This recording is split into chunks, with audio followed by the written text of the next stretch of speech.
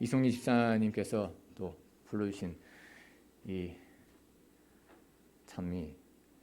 박자가 맞으니까 참 아름답게 들립니다. 은혜 많이 받았습니다. 감사합니다.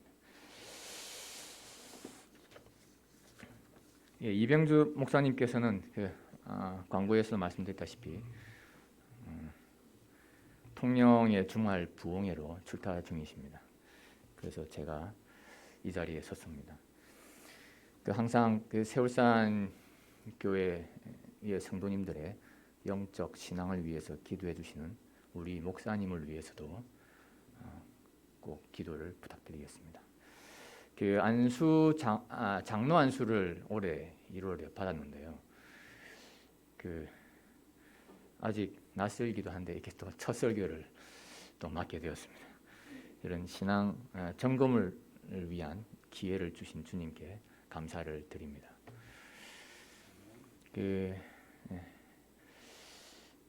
이틀 전인가요? 또 울산의 화학 공장에서 사고가 나서 인명사고까지 났다고 하던데, 울산의 특성상 이런 제조 이런 산업체의 안전과 관련돼서도 하나님의 손길이 같이 함께 하셔서 또 재직하시는 분들이 안전한 상태에서 근무할 수 있는 여건이 되었으면 합니다. 자, 초록이 짙어가는 5월입니다. 성령님의 은혜가 성도님 각 가정에 함께 하시길 기도합니다. 5월은 가정의 달이지 않습니까? 어린이날부터 해서 벌써까요?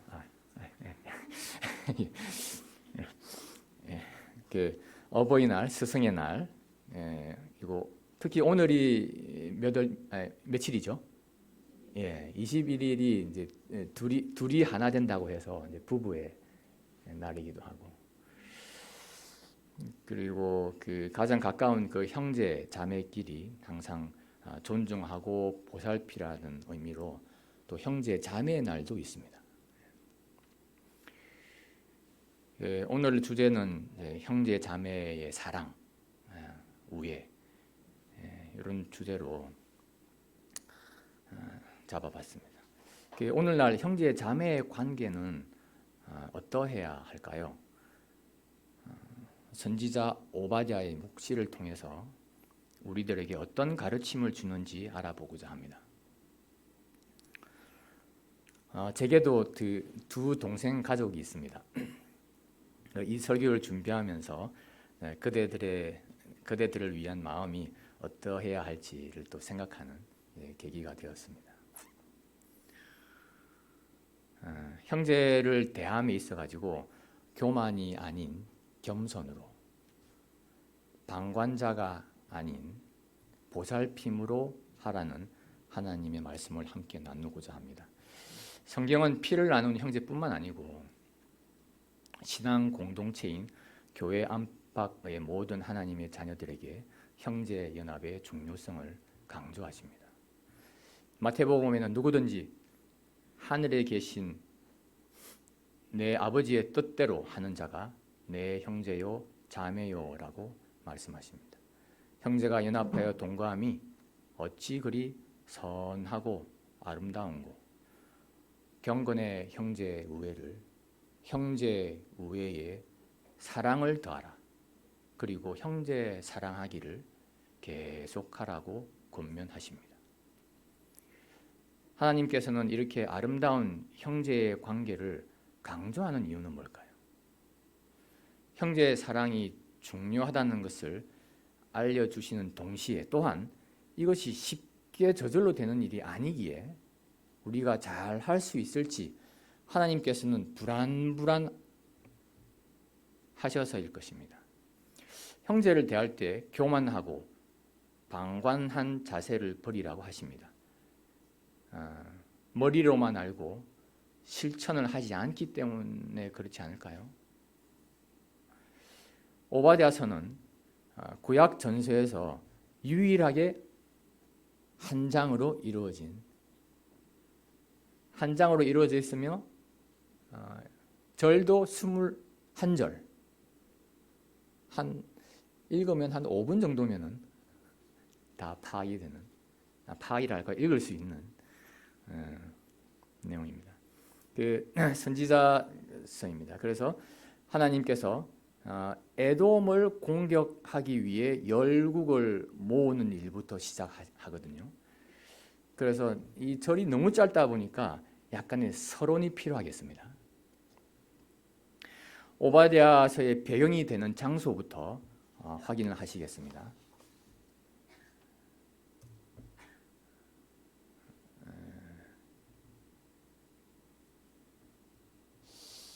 오바댜서의 배경이 되는 곳을 한번 보시겠습니다. 에돔입니다. 그 BC 8세기에서 9세기 사이의 이제 역사인데요. 그 오바댜서를 스위치를 좀 해주시면,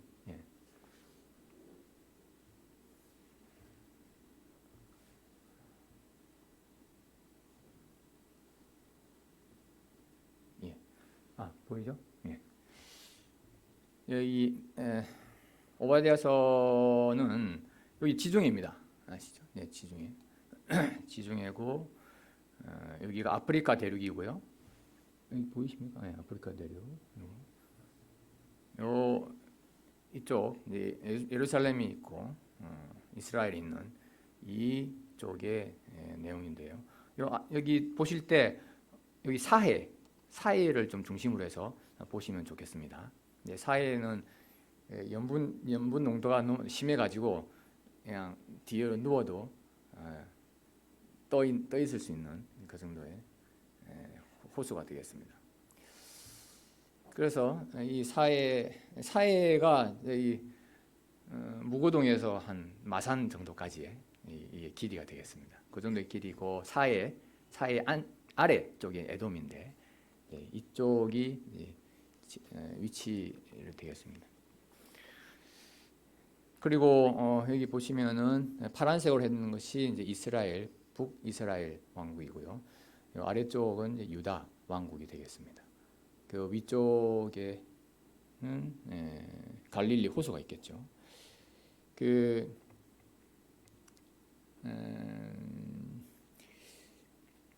오바댜서의 제일 마지막 절인 21절에 나타나는 그 산, 두 개의 산이 있습니다. 하나가 에서의 산이고 두 번째가 시온산이 되겠습니다. 그래서 시온산은 이 예루살렘에 있고요. 에서의 산은 에돔에 위치해 있는데요. 그 두 개를 적절한 곳에 뒤에 또 말씀을 드리도록 하겠습니다. 오바댜 선지자는 에돔의 죄에 대한 하나님의 꾸지람입니다. 그 어떤 죄냐 하면 형제 국가인 유다가 적들에게 공격을 당하고 있는데 방관하고 있었을 뿐만 아니고 적국들과 함께 형제 국가를 공격했다는 것입니다. 어려움을 겪고 있는 사람을 돕는 것은 용기가 필요한 일입니다. 힘 있는 편에 있는 것이 편하고 쉬운 일인 것입니다. 이번 기 안식일 장년교과에서 오늘 다룬 것입니다만 창세기를 공부하고 있는데 은혜를 많이 받고 계시죠? 이 노아의 셋째 아들 중에 셈의 족보에서 8대 손인 데라는 아들 셋이 있었는데 그 아들 셋이 아브라함이지 않습니까? 그 아브라함에 대한 오늘 아브라함 말기에 대한 이야기를 또 공부를 하셨는데요. 아브라함은 사라에서 이삭을 낳고 이삭은 리브가로부터 에서와 야곱을 낳게 됩니다. 잘 아시다시피 그 두 형제의 계보를 통해서 에서는 이제 에돔 쪽이고 야곱은 이스라엘 민족이 되지 않습니까? 이 두 족속들이 우애 있게 지내면 좋은데 잘 못 지내는데 문제가 있습니다. 에서와 야곱은 쌍둥이였죠. 에서는 털복숭이라는 뜻이고 야곱은 발꿈치를 잡은 자라는 뜻입니다. 에서는 허기를 못 이겨서 붉은 팥죽을 먹고 난 뒤에 장자권을 팔게 되는데 그때부터 불다라는 의미로 에돔으로 불리게 됩니다. 쌍둥이 형제인데도 불구하고 이스라엘에 있는 예루살렘이 멸망당하는 것을 가만히 보고만 있었다는 것에 대해 하나님께서 오바댜를 통해 엄벌을 내리시는 내용이 되겠습니다. 그리고 마지막 단락에는 이스라엘 민족의 승리와 회복으로 마무리를 하게 됩니다. 오바댜를 택한 것은 제가 바다를 좋아해서 오 바다가 아니고요. 그 작년 교과에서 우리 아브라함에 대해 공부하고 다음 주 교과에서는 에서와 야곱에 대해서 공부하지 않습니까? 그러면 이들 후세에 대해서는 어떤 예언을 할까? 궁금해서 오바댜를 정하게 됐습니다. 한편으로는 에덴 동산에서 죄가 노아, 아브라함, 야곱 그 후손들에게 거치면서 민족이 늘어난 만큼 전쟁과 제약도 넓고 깊게 퍼져나간다는 모습에 좀 슬퍼집니다. 오바댜는 섬기다라는 의미로 아바다에 야훼의 하나님을 더해서 하나님을 섬기는 사람의 의미입니다. 12개의 작은 선지서가 있죠. 오바댜부터 해서 요엘, 요나, 아모스, 호세아, 미가, 나움, 하박국, 스바냐, 학개, 스가랴, 말라기 중에 가장 빨리 활동한 선지자입니다. 북이스라엘에서는 활동한 엘리사와 동시대에 활동한 선지자입니다. 오바댜의 시대적 흐름은 BC 8세기 정도로 역대하 21장을 참고하자면 유다의 왕인 그 여호람이 있는데 이 아합의 딸과 결혼하면서 하나님 보시기 악을 행하게 되고요. 산당을 세우고 우상을 섬기고 해서 악이 극에 달하게 됩니다. 그래서 하나님께서 블레셋 사람과 아라비아 사람들로 하여금 요람을 치게 합니다. 유다가 썰려나가고요. 예루살렘까지 점령을 당하게 됩니다. 여호람 왕은 창자의 병이 들어 죽게 되죠. 하나님은 오바댜를 통해 에돔을 혼냅니다. 왜냐하면 예루살렘이 멸망당할 때 모른 척하고 있고 오히려 기뻐하고 적들과 협력하여 형제 나라를 쳐서는 안 된다고 말합니다. 유다의 여호람은 타락으로 심판을 받을 만합니다만 하나님의 마음은 그런 것이 아닌가 봅니다. 공격하고 당하고 또 공격하고 하는 전쟁 과정에서 에돔은 어떠했길래 불 앞에 지푸라기 신세가 되었는지 알아봤으면 합니다. 우리나라 역사에도 형제의 난, 자매의 난, 남매의 난 어렵지 않게 나타납니다. 조선시대사에서 태조 이후의 왕위를 둘러싼 왕위 쟁탈전이 벌어지고 그리고 세습의 성향이 강한 기업에서는 경영권의 승계로 인해서 권력 투쟁의 민낯을 보이기도 합니다. 일반인 우리 같은 경우에도 마찬가지죠. 부모님 재산의 상속 문제로 서로가 등을 돌리거나 칼부림이 일어나는 것을 어렵지 않게 봅니다. 이에 더해 형제 간에 한이 맺혀 연을 끊고 사는 경우도 있지 않습니까? 자, 그러면 모두 오바댜서를 펼쳐주시기 바랍니다. 21장뿐이기 때문에 이 짧은 시간에 한번 쭉 훑어보겠습니다. 자, 오바댜 묵시라는 게 숨겨져 있는 것들이 드러나는 것을 말하죠. 그래서 말씀드린 대로 이 지역이 아주 전쟁이 빈번했던 곳입니다. 그러다 보니까 하나님께서는 이제 도저히 못 참겠다는 거예요. 그래서 에돔을 공격하기 위해서 열국을 다 모읍니다.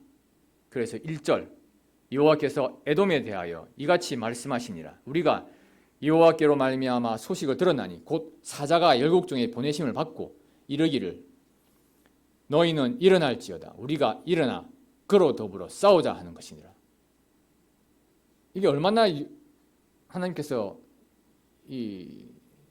못 참겠으면 이게 하나님께서 직접 깃발을 드셨어요. 여호와께서 가라사대 내가 열국 중에 미약하게 하였으므로 내가 크게 멸시를 받느니라. 이게 이제 에돔 큰일 났습니다. 그 오바댜에는 크게 두 가지의 교훈이 있습니다.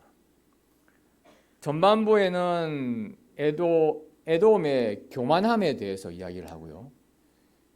교만함에 대해서 꾸짖어요. 후반부에는 에돔의 방관함을 꾸짖었습니다. 먼저 교만함에 대한 내용인데요. 3절입니다.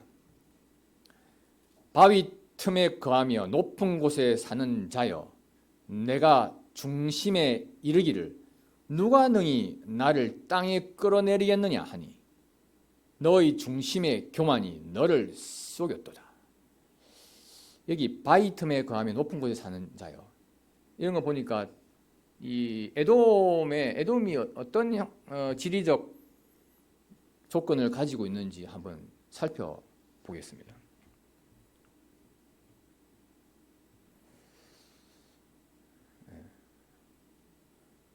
여기 우리 교회 있네요.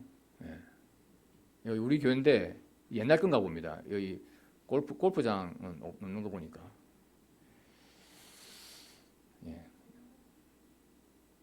에돔으로 한번 가보겠습니다. 에돔에 이 페트라라는 곳인데 성지순례 항상 그 프로그램에 들어가는 곳인데요. 이 중심으로 한번 보시면요.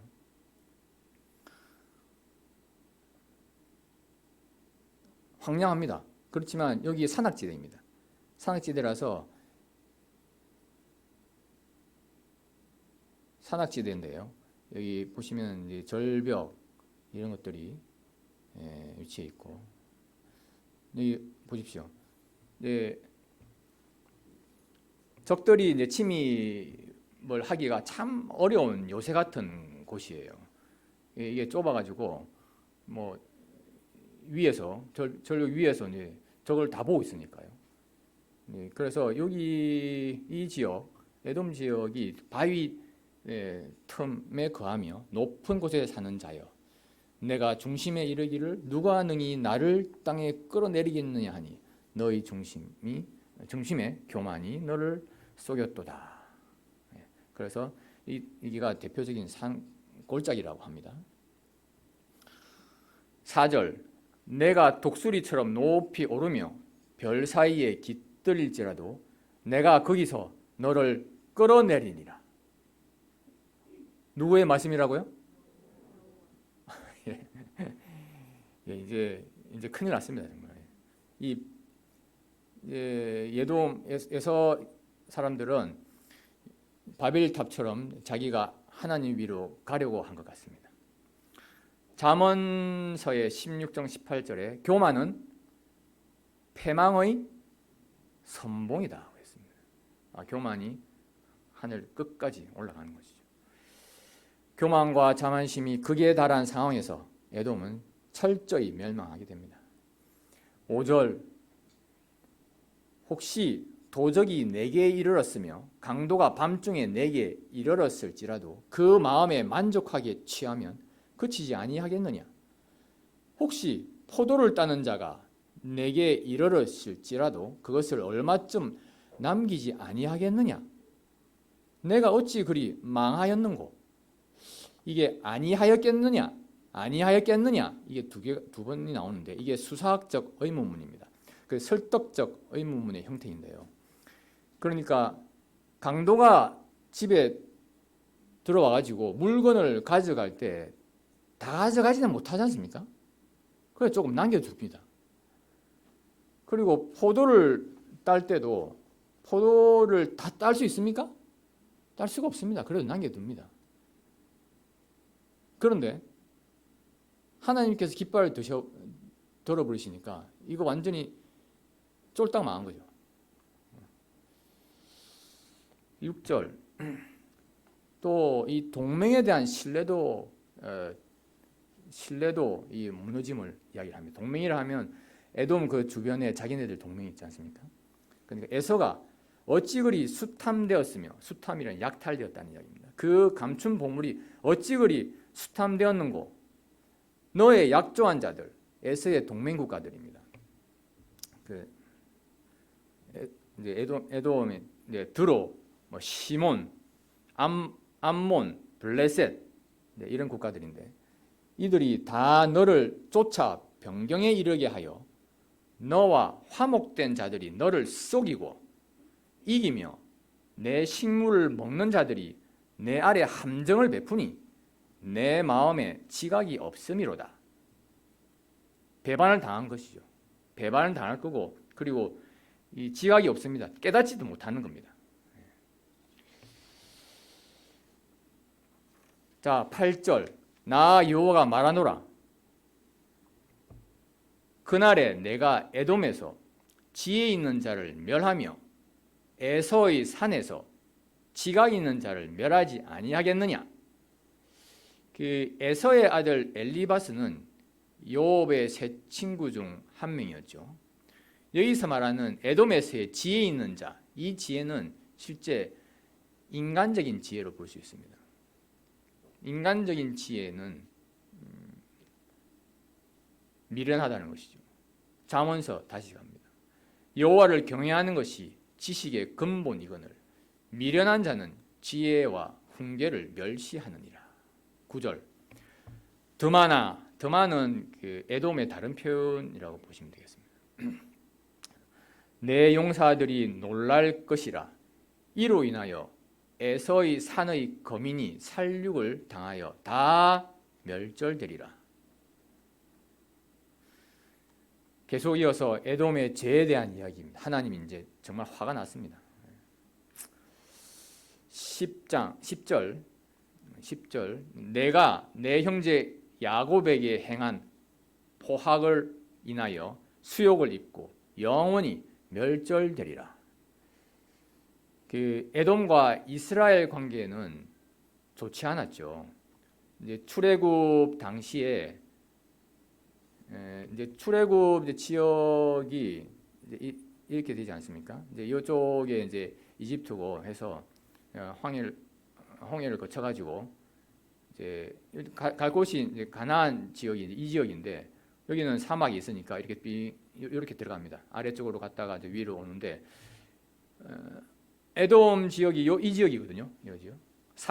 사해 아래쪽에서 이 페르시아만 요 사이에 있는 나라가 이제 에돔 지역인데 여기를 거쳐 가가지고 이 안으로 들어가야 되거든요. 그런데 여기를 이제 지나가려고 그 모세가 그 사자를 에돔 왕에게 사자를 보내서 길을 좀 열어달라고 했지 않습니까? 민수기 20장에 나오는 내용인데요. 그 농사진 거 손대지 않겠습니다. 우물물 깊지도 않고요. 옆길로 새 나가지도 않고 주어진 길로 가겠으니 통과하게 해주세요. 해도 어떻게 했죠? 거절했죠. 못 가도록 했고. 그래서 에스겔에서는 내가 옛날부터 한을 품고 이스라엘 족속의 환란 때 곧 죄악의 마지막 때에 칼의 위력에 그들을 넘겼도다. 그 형제 국가이면서 가장 가까이 있는 나라들끼리도 한을 품고 있다는 것은 하나님의 뜻이 아닐 것입니다. 저희 집에 3남매가 있습니다. 그 중에 이제 우리 막내가 있는데 그 막내 효과를 톡톡히 보고 있어요. 언니나 오빠 눈에는 부모님께 어리광을 부리면서 자신들과는 다르고 편하게 사는 것처럼 보였나 봅니다.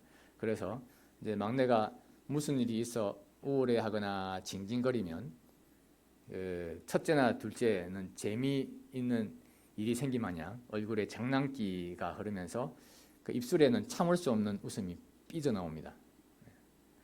그 동생의 불행은 곧 나의 행복이라는 말을 하는 듯하고 해서 저도 이제 집안에 이제 장남으로 자라왔는데 나도 그랬을까라는 생각을 해보곤 합니다. 근데 어제 그 둘째가 그 소풍을 갔다 오면서 막내에게 또 선물 사주는 걸 또 보면 그래 참 대단하다 해서 대단하게 생각을 합니다. 그래서 분명 하나님께서 흐뭇해 하셨을 것입니다. 그 두 번째 죄악은 에돔의 방관함입니다. 방관. 11절에 보시면 내가 멀리 섰던 날 곧 이방인이 그의 재물을 늑탈하며 외국인이 그의 성문에 들어가서 예루살렘을 얻기 위하여 제비 뽑던 날에 너도 그들 중 한 사람 같았었느니라. 그 멀리 섰던 날, 이게 한 발짝 뒤로 물러섰다는 거잖아요. 내가 형제의 날, 곧 그 재앙의 날에 방관할 것이 아니며 유다 자손이 패망하는 날에 기뻐할 것이 아니며 그 고난의 날에 내가 입을 크게 벌릴 것이 아니며 아무리 관계가 나쁘다 하더라도 불행을 당한 사람들에게 방관하는 것이 옳은 일일까요? 그리고 입을 크게 벌려 기뻐하는 것이 옳은 일일까요? 신학자들은 죄의 종류를 다양하게 나누는데요. 두 가지로 나누어 본다면은 저지른 죄, sins of commission, 해야 할 것을 하지 않은 죄, sins of omission. 방관죄입니다. 즉 방조죄에 속한 말인데요. 남이 나쁜 일을 하는데 편의를 주는 방조 행위가 형제 사이에서 벌어지는데 하나님 보시기에 어땠을까요? 물론 나는 내가 길 가는 자유가 있다, 주장할 수 있습니다. 다만 그것이 하나님 보시기에는 좋아 보이실 것 같지는 않습니다. 악에게 용기를 주어서는 더욱 안 될 것입니다. 13절 내 백성이 환난을 당하는 날에 내가 그 성문을 들어가지 않을 것이며 환난을 당하는 날에 내가 그 고난을 방관하지 않을 것이며 환난을 당하는 날에 내가 그 재물에 손을 대지 않을 것이며 14절 사거리에 서서 그 도망하는 자를 막지 않을 것이며 고난의 날에 그 남은 자를 대적에게 붙이지 않을 것이니라. 선조들로부터 전해오는 적대감이 계속 쌓여 위기 때 유다를 잔인하게 대했던 에돔의 태도를 지적하고 있는데요. 사울은 사무엘상에 에돔을 물리쳤고 다윗은 사무엘 하에 에돔에게 가혹한 조치를 취하게 되고 아들인 솔로몬 왕까지도 충돌이 계속됩니다. 그 과정에서 예루살렘도 5번 정도 점령을 당했고요. 그 기간 중에 오바댜 선지자가 하나님의 예언을 말씀하신 것입니다. 여호사밧 통치 때는 다시 에돔이 주변국들과 합세해서 유다를 침공합니다. 또 예루살렘이 느부갓네살에 의해 멸망했을 때 에돔은 유다에 임한 재난들로 인해 기뻐했습니다. 헐어버리라 헐어버리라 그 기초까지 헐어버리라. 서로의 불신은 계속 쌓여갑니다. 15절 여호와의 만국을 벌할 날이 가까웠나니 너희 행한 대로 너도 받을 것인즉 너희 행한 것이 내 머리로 돌아갈 것이라. 죄라는 것이 부메랑 같은 거죠. 돌아옵니다. 탐욕도 마찬가지입니다. 16절 이 너희는 에돔입니다. 내 성산이면 시온산이 되겠습니다. 시온에서 마신 것 하나님의 진노의 잔이 되겠습니다.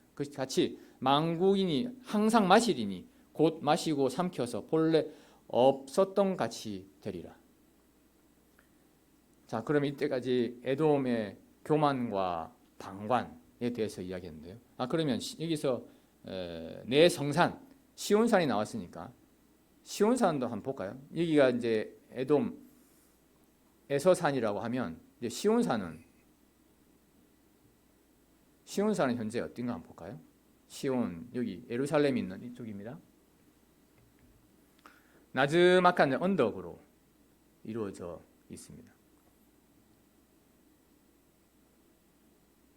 박근환 장로님, 시온산 다녀오셨죠? 좀 거기 참 저기 에서산도 다녀오셨습니까? 네. 한번 박장님한테 한번 여쭤봐야겠네. 그 느낌이 어땠을까? 자, 17절, 17절 이제 이렇게 이때까지 에돔의 교만과 방관함을 하나님께서 징계했는데요. 그럼 희망은 어디서 찾을 수 있을까요? 희망은 없는가요? 그렇지 않습니다. 17절입니다. 오직 시온산에서 피할 자가 있으리니 그 산이 거룩할 것이요 야곱 족속은 자기 유업을 누릴 것이며. 시온산은 우리가 돌아가야 할 고향의 상징입니다. 18절 애굽 족속, 여기 애굽 족속이죠. 남유다라고 보시면 되겠습니다. 여기 노란 색깔. 요셉 족속, 북이스라엘, 요 파란 색깔은 불꽃이 될 것이며, 불이 되고 불꽃이 돼요. 그럼 에서의 족속들, 에돔은 지푸라기가 될 것이다. 그들이 그의 위에 붙어서 그를 살을 것인즉 에서 족속에 남은 자가 없으리니 이는 여호와께서 말씀하십니다. 네, 그리고 그 백성들이 살아서 이제 번성하게 됩니다. 19절 남방 사람들은 에서의 산을 얻을 것이고 평지 사람들은 블레셋을 얻을 것이고 또 그들이 에브라임의 들과 사마리의 들을 얻을 것이며 베냐민은 길르앗을 얻을 것이며, 이런 것들이 에돔에 있는 에돔과 연합한 이런 국가들이 이 지푸라기가 되어서 다 불탈 것입니다. 그래서 이스라엘 백성들의 영토는 더 넓혀질 것이고, 20절 사로잡혔던 이스라엘의 뭇 자손은 가나안 사람에게 속한 땅을 사르밧까지 얻을 것이며 예루살렘에 사로잡힌 자 사바랏에 있는 자는 남방의 성읍들을 얻을 것이다. 21절 이제 마지막까지 왔습니다. 구원자들이 시온산에 올라가서 에서의 산을 심판하리니 나라가 여호와께 속하리라. 이렇게 해서 에돔이 망하는 역사의 대반전이 일어납니다. 하나님의 통치만이 영원하다는 것을 알게 됩니다. 인간의 통치는 당장은 힘 있는 것 같이 보이지만 오래가지 못합니다. 하나님의 통치를 받아들일 때 나는 패배하는 것 같지만 하나님은 패배하지 않습니다. 하나님을 섬기는 사람의 뜻을 가진 오바댜 선지자가 예언합니다. 에돔의 교만과 방관은 결국 불꽃에 사라지는 지푸라기가 될 것이니 형제 민족들의 전쟁의 구원자는 시온산에 오르라고 말씀하십니다. 오바댜 선지자는 에돔의 멸망을 선고하고 이스라엘의 회복에 대한 약속을 예언하게 됩니다. 계속해서 자기 기업을 누릴 뿐 아니라 그들의 영토를 확장하게 될 것이다 라고 합니다. 하나님께서는 지혜에 있으나 교만에 빠져있는 에돔을 징계하셨지만 마음이 아프셨을 겁니다. 같은 형제국이기 때문에 유다, 예루살렘이 멸망당할 때 보고만 있었던 예서와 주변 나라에 대해서 가만두지 않았던 것입니다. 내가 어찌하여 내 형제를 비판하느냐? 어찌하여 내 형제를 업신여기느냐? 우리가 다 하나님의 심판대 앞에 서리라. 우리가 올라가야 할 산은 에돔에 있는 에서의 산이 아닌 예루살렘에 있는 시온산이라고 말씀하십니다. 이것으로 오바댜 21절까지 성경적 의미를 되새겨 보는 시간을 가졌습니다. 성도 여러분, 누구나 형제를 사랑하지만 평소에 이를 표현하는 이들은 드뭅니다. 부끄럽기도 하고 새삼스럽기도 하죠.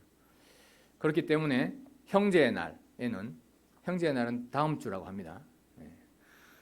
에는 형제가 평소 갖고 싶어하던 선물이나 마음을 담은 편지를 전하는 등 다양한 방법으로 표현하지 않았던 감정을 또 전해보는 것은 어떨지요. 주님께서는 서로 비판하지 말고 부딪힐 것이나 거칠 것을 형제 앞에 두지 아니하도록 주의하라고 말씀하시는데 그 말씀 따라 꼭 실천하는 저와 성도님이 되었으면 좋겠습니다. 감사합니다.